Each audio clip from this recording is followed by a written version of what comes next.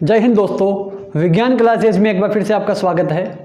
आज हम नए सिरे से नई एक शुरुआत करेंगे आज। और सिलेबस आपका जो है वो फिजिक्स का रहेगा और सत्र रहेगा एकदम नवीनतम, फ्रेश, एकदम अटंग।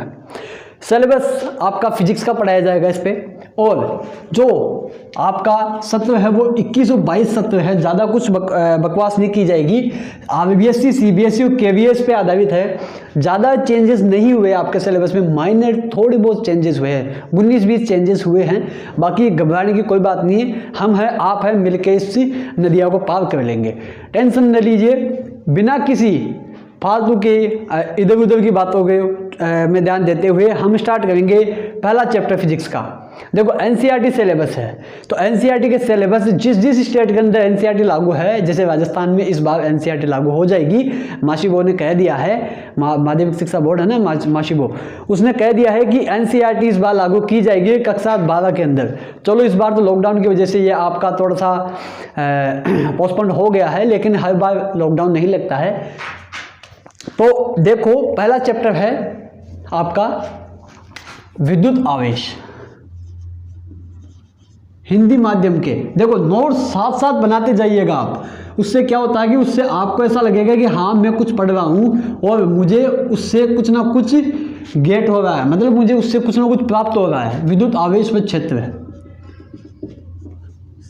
तो जेंटलमैन, पहला आपका चैप्टर है विद्युत आवेश और क्षेत्र। अब देखो ये चीज़ तो आपने बहुत पढ़ी होगी 9th और 10th के अंदर, 10th क्लास के अंदर आपने पढ़ी होगी है मोस्टली, कि आवेश, व्हाट इज द आवेश। देखो आवेश जो होता है ना, हम दैनिक जीवन में इसको ऑब्जर्व खूब करते हैं, बहुत करते हैं। देखो मैं आपको बताऊं, फिजिक्स का सबसे अच्छा कंसेप्ट क्या है कि जिस दिन आपने आपके आसपास होने वाली घटनाओं के बारे में जानने की उत्सुकता देख ली, तबीयत से आप उनको जानने की इच्छा जाहिर करते हो कि यह कैसे होता है, ये ब्रेक कैसे लगते हैं, एरोप्लेन ऊपर की तरफ क्यों उड़ती है, इतनी भारी होने के बाद हम तो ये कागज़ को मुश्किल से नहीं उड़ा पाते हैं। तो अगर आप उन लोगों की वो जो घटनाएं हैं उनको, अगर उनके पीछे जो साइंस है उसको जानने में लग जाओगे ना, उस दिन से आप फिजिक्स से इश्क करने लगोगे, मोहब्बत हो जाएगी आपको, fall in love with physics. ये अपना मोटो रहेगा आज से, ठीक है। तो हम यहीं पे ही है, इसीलिए है कि आपको उससे मोहब्बत करवाई जाएगी और बेशक हो जाएगी अगर आप इस चैनल से मतलब आजीवन जुड़े रहोगे। तो मैं गारंटी से कह सकता हूँ, मैं दावे से कह सकता हूँ कि आपसे मोहब्बत करवा के रहूँगा मैं, ये मेरा वादा है। तो देखो बिना कोई चिक के हम स्टार्ट करेंगे आवेश। देखो आवेश क्या होता है कि जैसे सर्दियों में हम कपड़े उतारते हैं, तो उतारते समय क्या होता है कि हमारी बॉडी से कुछ चट चट की आवाज़ आती है, चट चट चट चट ऐसी आवाज़ें आती है ना। तो वो आवाज़ें हम देखते हैं कि यार ऐसी आवाज़ क्यों आ रही है, अब यार नहाया नहीं होगा इसलिए आई होगी, लेकिन एक्चुअल में वो आवेश है जो आपकी बॉडी से आपकी उसमें ट्रांसफ़र हो गए हैं ऊन में। और एक चीज़ और, जैसे बचपन में क्या होगा, देख तेरे को जादू दिखाते हैं, आजा जादू दिखाएंगे, देख ये कागज़ के टुकड़े हो, ये देख मैं सर में मेरे बालों में जादू है, ये देख ये चिपक गए। तो वो भी जादू नहीं है, उसके पीछे भी यही साइंस है कि वो चार्ज ट्रांसफ़र हो जाते हैं। देखो ये ट्रांसफ़र वाला जो कंसेप्ट है ना, हम पढ़ेंगे, एक एक चीज़ को ध्यान से पढ़ेंगे और मज़े से पढ़ेंगे, देखना आपको कुछ भी नहीं छूटने देंगे, ये हमारी गारंटी है, ये आदित्य पंडित की गारंटी है, आप टेंशन ना लीजिए। देखो अब दो चीज़ें हो गई, अब देखते हैं कि ऐसा कंसेप्ट आया कहाँ से। तो एक बहुत पुराना वैज्ञानिक था जिसका नाम था थेल्स। वो थेल्स क्या था कि जैसे ग्रीक का है, यूनान का है, तो जाहिर सी बात है वेस्टर्न कंट्रीज में सर्दियाँ बहुत पड़ती हैं। तो क्या हो कि वो एक दिन नदिया किनारे टहल रहा था, समुद्र किनारे, मान लिया कि समुद्र किनारे टहल रहा था। तो उसे एक एम्बर एक पदार्थ होता है, एक पत्थर, पीला सा पत्थर होता है, एक स्टोन होता है, उससे मिला, ये चमचमा, तो यार ये कैसा चीज़ है यार, इसको उठाना चाहिए हमें। उसने उठाया, जाहिर सी बात आप भी उठाओगे, हम भी उठाए, अरे और नहीं तो कुचलनी करने के लिए उठाएंगे, है ना। तो उसने उठाया और सर्दियाँ थी तो ऊन के कपड़े पहन लिए होंगे उसने, तो ऊन से रगड़ने के बाद उसने देखा कि उससे मिट्टी के कण चिपके हुए हैं, मिट्टी के कण उससे चिपक गए हैं। तो चलो उस टाइम तो उसने उतना ध्यान नहीं दिया कि क्या पता चलो ये पानी की वजह से हो गया होगा, लेकिन फिर बाद में उसने सूख जाने के बाद में वह ऊन के जो फाइबर्स है उनको अपनी ओर खड़ा कर रहा था, आकर्षित कर रहा था। मतलब जैसे अपने खड़े हो जाते हैं, जैसे बाल गूज बम्स होते हैं तब अपने बाल खड़े हो जाते हैं, सेम वैसा ही हुआ उसमें।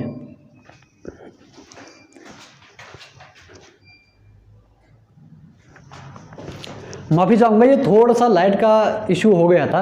हाँ, तो हम कहाँ थे, मैं कह रहा था आपको कि जो ऊन है ना, उनको जैसे गूज़बम्प्स होते हैं तो अपने बाल खड़े हो जाती है ना, सेम वैसे वो फाइबर्स है ना ऊन के, वूल के, वो आकर्षित हो गए। तब उसने एक चीज़ बताई कि यार इसमें कुछ ना कुछ तो ऐसा है, कुछ ना कुछ लोचा है जो इसको अपनी ओर अट्रैक्ट कर रहा है। फिर उसने एक और एग्जाम्पल लिया, यार क्यों ना इस कागज़ के टुकड़े को देखूँ मैं, शायद इससे अपने कुछ फ़ायदा हो जाए। तो उसने कागज़ के टुकड़े को भी किया तो वह उसको भी आकर्षित करता है। सॉरी। तब उसने एक सिद्धांत दिया, एक छोटा सा प्रिंसिपल दिया कि एम्बर नामक पदार्थ में एक ऐसा प्रॉपर्टी, एक ऐसा गुण पाया जाता है जो वस्तुओं को, जो महीन जो कण है उनको अपनी ओर आकर्षित करने का रुतबा रखता है, अपनी ओर आकर्षित करने का गुण रखता है। तो जेंटलमैन, बिना मेरे को लग रहा है कि आपको कुछ समझ में आ रहा होगा, तो मैं फटाफट से इसको लिखवा देता हूं। लिखो आप लोग, सबसे पहले हेडिंग डालो आप, घर्षण विद्युत। घर्षण, यही कहानी में लिखवाऊंगा, यही कहानी में आपको इस हेडिंग में लिखवाऊंगा। पहली हेडिंग लिखो घर्षण विद्युत। तो मैं बोल रहा हूं, आप लोग लिख लेना कि सर्वप्रथम थेल्स नामक वैज्ञानिक ने एम्बर नामक पदार्थ को ऊन से रगड़ने पर उसने पाया कि वह ऊन के फाइबर्स, मतलब रेशियो को अपनी ओर और कागज के और रेत के कणों को अपनी ओर आकर्षित कर रहा है। तो उसने कहा कि एम्बर में एक ऐसा गुण पाया जाता है जो वस्तुओं को अपनी ओर अट्रैक्ट करता है, आकर्षित करता है। ठीक है, तो फिर ये आप पॉज करके लिख लेना, लिखना जरूर, लेकिन अगर नहीं लिखोगे तो 2 दिन बाद में फिनिश, कुछ नहीं रहेगा, है ना। तो अब देखो मैं आपको बताऊं कि फिर आता है एक महान वैज्ञानिक टकला, जिसको आप लोग बहुत सी जगहों पे देखते हो, यूएस डॉलर। जैसे अपने गांधी जी है, वहाँ पे यूएस डॉलर है। अमेरिका में यूएस डॉलर पे एक टकला आता है, मोटा सा, फुटबॉल जैसा मुंह उसका, वो था बेंजामिन फ्रैंकलिन, जो कि आज की इलेक्ट्रिसिटी का दाता है। उसी के बाद में, उसी की वजह, मतलब अपने शरीर की जो कोशिका है सबसे छोटी, इसी की वजह से हम जिंदा, इसी की वजह से एक का एक जीव बना है। वैसे ही इलेक्ट्रिसिटी भी आवेश से ही बनी है, ये आपको माइंड में फिट कर लेना है। और आवेश की कोई फंडामेंटल कोई डेफिनेशन नहीं होती है मेरे बच्चों, मेरे जेंटलमैन्स, कोई डेफिनेशन नहीं होती है। फंडामेंटल्स जो एलिमेंट होते हैं उनकी कोई डेफिनेशन नहीं है कि ये कहाँ से आते हैं। हम सिर्फ इनका गुणधर्म जान के ही पता लगा सकते हैं कि हाँ यहाँ पे आवेश तो है। जैसे ग्रेविटेशन, गुरुत्वाकर्षण को आप किस प्रकार से डिफाइन कर सकते हैं? एक ही कारण है कि यह किसी एक पिंड को दूसरे पिंड को अपनी ओर आकर्षित करते हैं, या 2 पिंड अपने एक दूसरे को आकर्षित ही करते हैं। इसकी और कोई जनरेशन थोड़ी है कि हाँ यार ये यहाँ से पैदा हुआ और इस वजह से ये आकर्षित करता है, नहीं करता है, पता नहीं है हमें। इनकी खोजें चल रही है, हुई नहीं है अभी तक खत्म, ठीक है ना। तो कुछ फंडामेंटल्स, हाँ, जिस दिन इनकी परिभाषाएं में मिल जाएगी मैं आपको बता दूंगा। और दूसरी बात, फिर नई से नई परिभाषाएं उत्पन्न होने लगेगी, फिर नए प्रश्न आने लग जाएंगे कि हाँ ये जनरेट, चलो ठीक है ये यहाँ से जनरेट तो हो गया, लेकिन ये जनरेट जो स्रोत है वो कहाँ से आया? देखो क्वेश्चंस का तो भंडार है, कहीं से भी ले लो। ये माइंड जो ब्रह्मांड को, अपने माइंड को समझ लिया, वो इस यूनिवर्स के क्वेश्चंस समझ लेगा, ठीक है। हाँ, तो मैं थोड़ी बकवास कर गया आपको, उसके लिए माफ़ी चाहूँगा। तो मैं कह रहा हूँ कि फिर आया बेंजामिन फ्रैंकलिन, उसने बहुत ही गजब के एक्सपेरिमेंट किए और उसने बहुत ही शानदार चीज़ें बताई। क्या उसने बताया कि उसने सबसे पहले लिया कि यार चलो थेल्स ने तो बता दिया कि आकर्षण है, लेकिन क्या एक और गुण है इसमें, क्या कुछ और गुण भी है? तो उसने बताया कि उसने ली 2 कांच की छड़ें। हाँ, इसमें आपने लिख लिया है ना। अब अगली हेडिंग डाल, चलो इसी के नीचे लिखो पैराग्राफ चेंज करके। फिर अमेरिकी वैज्ञानिक बेंजामिन फ्रैंकलिन के अनुसार या उनके प्रयोगों के अनुसार तो क्या है कि उसने 2 कांच की छड़ें ली। क्या ली? पहले तो ली 2 कांच की छड़ें, ये लो ग्लास बोर्ड है, कांच, कांच की छड़ें ली और उसे क्या किया, कांच की छड़ों को ऊनी वस्त्र या रेशम के कपड़े से रगड़ दिया। ये अपना चलो मान लिया अपना रेशम का कपड़ा है, मलमल का, आय हाय, रेशम का कपड़ा, रेशम का कपड़ा या ऊन का भी ले लो आप, कोई बात नहीं, सर्दियाँ है तो ऊन ले लो, गर्मियाँ है तो रेशम ले लो। अब एक और लिया इसने क्या कि इस बार ली इसने एबोनाइट। किसकी ली? एबोनाइट। एबोनाइट ये एक प्रकार का कुचालक भी है, अचालक कह सकते हैं हम इसको। एबोनाइट है, एबोनाइट एक प्रकार का मटेरियल है, जैसे ग्लास है वैसे एबोनाइट भी होता है। पेनों में, इन चीज़ों में इसका खास उपयोग किया जाता है। एबोनाइट ली और इस बार इसको एक बहुत ही स्पेशल इंटरेस्टिंग चीज़ से रगड़ा, वो होती है बिल्ली की खाल, चमड़ा, ठीक है, लेकिन उस पर बाल होने चाहिए, बिल्ली की खाल पे बाल होने चाहिए। तो यहाँ पे ली उसने कैट फर, मतलब बिल्ली की खाल। ये लो साहब, बिल्ली को मार के उसका चमड़ी उधेड़ दी हमने, उसकी चमड़ी। हाँ, तो उसने दो चीज़ें ली, समझ में आया? दो तो ग्लास वुड ली, दो एबोनाइट ली। ग्लास वुड को उसने इससे रब किया, रगड़ा, दोनों को रगड़ा है, और इसने भी इन दोनों को रगड़ा है, ठीक है, इन दोनों से रगड़ा। फिर एक छोटी सी पतली सी जो कृष्ण सद्दा आती है, मान लियो कि, ठीक है, उससे लटका दिया उसने, किसी दृढ़ पिंड से उनको लटका दिया। और लटकाने के पश्चात उसने पाया कि इस बार यह दोनों तो एक दूसरे को भेज रही है, दूर दूर भेज रही है, रिपेल कर रही है, भेज रही है, प्रतिकर्षित कर रही है। तो यहाँ पे शब्द आया प्रतिकर्षण, समझ में आया? इससे इसको रगड़ा। देखो मैं इसका जो कॉन्सेप्ट है वो थोड़ी देर बाद में बताऊंगा, मैं आऊँगा पटरी पे, आ रहा हूँ मैं, है ना। तो इन दोनों को, तो यह क्या करते हैं, एक दूसरे को प्रतिकर्षित करते हैं।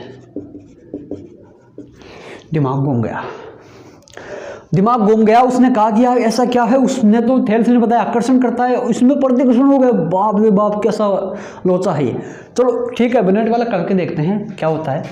ये एबोनाइट को भी उसने बिल्ली की खाल से रगड़ा और यहाँ पे लटका दिया। इस बार भी उसका माथा ठनक गया, ये फिर से प्रतिकर्षित कर गया बाबा, हैं, फिर से प्रतिकर्षित कर गया। तो देखो बाबू, इसके बाद में क्या हुआ कि इसका फिर से दिमाग घूमा। इस बार इसने कहा कि चलो एक ग्लास को लेते हैं और एक एबोनाइट को लेते हैं। तो इन दोनों को लेने के बाद उसने कुछ ना कुछ निष्कर्ष, इंटरेस्टिंग निष्कर्ष निकाला। चलो उसको देखते हैं। यहाँ पे ले लूँ, चलो ले ही लेता हूँ, आपने कहा है तो। ये है आपकी ग्लास, क्या है, ग्लास, और एक को भी ले ली मैंने एबोनाइट, एबोनाइट, ठीक है, हिंदी में भी इसको एबोनाइट ही कहते हैं, एबोनाइट। थोड़ी सी कॉम्प्रोमाइज़ करना ना, राइटिंग थोड़ी 19-20 है। अब देखो ऐसा ही है, थोड़ा सा, चलो छोड़ो जाने दो, हमें तो ज्ञान से मतलब है। हाँ, तो अब इसने क्या किया कि एक तो ग्लास ली और एक इसको लिया, एबोनाइट को। अब इसका माता भाई साहब काम कर गया। अब इसने कहा कि यार इस बार तो यह एक दूसरे को आकर्षित कर रहे हैं, मोहब्बत हो गई इनमें, इधर इनमें नफरत थी, इधर इनमें मोहब्बत हो गई, ऐसा क्यों, हद है यार। तो फिर उसने थोड़ा सा दिमाग लगाया कि यार चलो इनमें ऐसा कुछ है, क्योंकि ये दोनों सेम हैं, ये भी ग्लास है, ये भी ग्लास है, तो जाहिर सी बात है गुणधर्म सेम होंगे। और ये भी एबोनाइट है, ये भी एबोनाइट है, जाहिर सी बात है यह भी सेम प्रॉपर्टी के। लेकिन यहाँ पे प्रॉपर्टी सेम नहीं है, ये ग्लास है, हैं, ये राम है और ये लक्ष्मण है। लक्ष्मण जी गुस्से वाले हैं, राम जी सादा सिंपल आदमी है। तो यहाँ पे उसने कहा कि जो समान प्रकृति के कुछ समान प्रकृति के आवेश है। अब देखो आवेश उस समय आ चुका था नाम, लेकिन डिफाइन नहीं हो पाया था, डिवाइड नहीं हो पाया था कि कितने भागों में बटा हुआ है, हैं, समझ में आया। तो यह जो उसने यहाँ से एक कंसेप्ट निकाला खींच के कि कुछ ना कुछ तो इनमें ऐसा। देखो सबसे पहला कंसेप्ट क्या दिया उसने, सबसे पहला कंसेप्ट दिया कि not only amber but also many types of matter. मतलब ना केवल एम्बर में ऐसा कोई गुण है कि वह आकर्षित कर सके, बल्कि अन्य कई पदार्थ ऐसे हैं जिनमें आकर्षण के अलावा एक और गुण पाया जाता है जो कि प्रतिकर्षण का गुण होता है। तो यहाँ से एक तो निकाल लिया कि भाई एम्बर में, न केवल एम्बर में बल्कि कांच में भी एक ऐसा गुण पाया जाता है, अनेक पदार्थों में भी इस प्रकार के गुण पाए जाते हैं। क्योंकि थेल्स ने तो एक इससे प्रयोग किया तो बेचारा एक का ही बता पाता। अब देखो बाबू, यहाँ से निकल गया, यहाँ पे भी उसने कहा कि समान प्रकृति है तो वह एक दूसरे को प्रतिकर्षित करेंगे वे बाबा। अब आ गए कि असमान प्रकृति के सदैव आकर्षित करेंगे, अट्रैक्ट करेंगे, मोहब्बत करेंगे, इश्क करेंगे, प्यार करेंगे। तो यहाँ पे क्या हो गया, अट्रैक्ट हो गया। तो 3 कंसेप्ट निकले क्या, पहला क्या था, पहला था एम्बर नामक पदार्थ में ही आकर्षण गुण नहीं होता है बल्कि अनेक पदार्थ हैं जिनमें आकर्षण के अलावा प्रतिकर्षण गुण भी पाया जाता है। अब ये जो 2 शब्द है इनको डिफाइन किया इसने, इनको डिफाइन इस प्रकार से किया कि जो समान प्रकृति के आवेश है, समान प्रकृति के आवेशों में प्रतिकर्षण होगा और असमान प्रकृति के आवेशों में आकर्षण होगा। ठीक है, लेकिन अभी भी यह डिफाइन नहीं हो पाया था कि पॉजिटिव है या नेगेटिव। यह है वैज्ञानिकों ने बाद में दिन प्रतिदिन, साल दर साल मेहनत की, अपने दिमागों को खोखला किया, भरा, फिर जाके प्लस और माइनस के कंसेप्ट आए हैं। तो यह चीज़ आपको समझ में आ गई आई होप। अब कंसेप्ट की बात करते हैं कि इनके पीछे सा क्या कंसेप्ट है। देखो, जो घर्षण विद्युत है उसमें सबसे इंपॉर्टेंट चीज़ क्या है कि किन्हीं भी 2 वस्तुओं को आपस में आप रगड़ोगे तो जाहिर सी बात है कोई माइकालाल नहीं है जो इसको हटा दे, चार्ज ट्रांसफर होंगे। इस बात को दोबारा से सुन लेना भाई कि चार्ज ट्रांसफर होंगे जब आप किन्हीं भी 2 वस्तुओं को रगड़ोगे, घर्षित करोगे। अब जैसे कहते हैं ना कि बरसात हो गई है, बिजलियाँ कड़कड़ा रही है, ठीक है, खड़क सिंगे खड़कने से खड़कती है खिड़कियाँ। तो भाई उसका कंसेप्ट ये है कि जब बिजलियाँ कड़कती है तो भागना नहीं चाहिए, सीधी सी बात है भाई, गाइडलाइन तो यही है इंडिया जैसे अपने आपदा प्रबंधन की। तो उसमें क्यों भागना नहीं चाहिए, क्योंकि जब आप भागोगे ना तो ज़मीन की घास या ज़मीन से रगड़ खाओगे जिससे आवेश जनरेट हो जाता है, और आवेश जो ऊपर वाली बिजली है उसको थोड़ा सा भी आवेश मिल गया ना तो वो आपको ले बैठेगी भैया। और आपको एक छोटी सी बात और बता दूं, जहाँ पे अगर आपके आसपास बिजली गिर जाए ना तो वहीं पे खड़े रहना, भागना नहीं, थोड़ी सी देर के लिए 15-20 सेकंड के लिए, क्योंकि इसमें स्टेप पोटेंशियल होता है। जब आप एमएससी करोगे, न्यूक्लियर फिजिक्स पढ़ोगे तो वहाँ पे आपको बहुत ही अच्छे से पढ़ाया जाएगा, आपको न्यूक्लियर फिजिक्स में कि यह क्यों स्टेप पोटेंशियल क्या होता है। अगर भागना हो तो भी दोनों को ऐसे मेंढक की तरह कूद के जाना है, क्योंकि एक लूप बन जाएगा। हम इसको मैग्नेटिज्म में पढ़ेंगे, लूप बनने से उसका जो पोटेंशियल है वो चेंज हो जाएगा। सॉरी मैंने थोड़ा आपका दिमाग घुमा दिया। हाँ, तो कम टू द पॉइंट हम आ गए थे। अब क्या है कि रगड़ेंगे तो चार्ज क्या होंगे, इंटरचेंज होंगे। चार्ज इंटरचेंज किस प्रकार से हो गए कि मान लिया कि यह इस समय नहीं रगड़ा हमने, उदासीन है, मान लिया कि यह उदासीन है तो इसमें जाहिर सी बात है कि पॉजिटिव और नेगेटिव की संख्या समान होगी। भाई पॉजिटिव नेगेटिव आया नहीं है, लेकिन मैं आपको समझाने के लिए यहाँ पे कह रहा हूँ कि ये अभी उदासीन है, ठीक है, क्योंकि प्रोटॉन और न्यूट्रॉन की संख्या इक्वल होती है किसी भी नाभिक में। आपने थॉमसन मॉडल पढ़ा होगा या आपने रदरफोर्ड, बहुत से मॉडल है, केमिस्ट्री में मैंने जानना चाहूँगा, लेकिन आपको मॉडर्न फिजिक्स में अच्छे से समझाऊंगा, ठीक है। यह उदासीन है, मान लिया यह भी उदासीन है। चलो साहब, क्यों कि 1 2 3 4 5, 1 2 3 4 5 कैंसिल आउट करके 0 हो गया, आ गया। अब देखो इसी प्रकार से इसमें जब इनको रगड़ा मैंने, जब इनको रगड़ने के पश्चात कुछ इलेक्ट्रॉन हाय ये इधर चले जाएंगे। हाँ, ये इधर जाने के बाद इधर तो डेफिशिएंसी हो जाएगी ना, इधर तो डेफिशिएंसी हो जाएगी, नेगेटिव साइन इधर आ जाएंगे। कुछ इलेक्ट्रॉन, मान लिया कि एक नेगेटिव साइन इधर आ गया रगड़ने के बाद, तो अब इधर क्या हुआ कि यह तो इसको कैंसिल आउट कर दिया, यह इसको कैंसिल आउट कर दिया, यह इसको कर दिया, इसको मार दिया, बचा क्या, ओनली एक इलेक्ट्रॉन बचा। इधर क्या हुआ, यह भी इसको कैंसिल आउट कर दिया, यह भी इसको कैंसिल आउट कर दिया, इसने भी इसको मार दिया, इसने इसका कत्ल कर दिया, यहाँ पे बचा क्या, एक पॉजिटिव। तो अब यहाँ पे ये क्या हुआ, यहाँ पे एक थोड़ा सा मैंने मिसमैच कर दिया, यहाँ पे पॉजिटिवली जो एक इलेक्ट्रॉन है वो इधर से इधर जाएगा, तो यहाँ पे एक नेगेटिव आएगा। थोड़ा सा इसको आप करेक्शन कर लेना कि जो नेगेटिव है मैंने इसको एबोनेट समझ लिया था।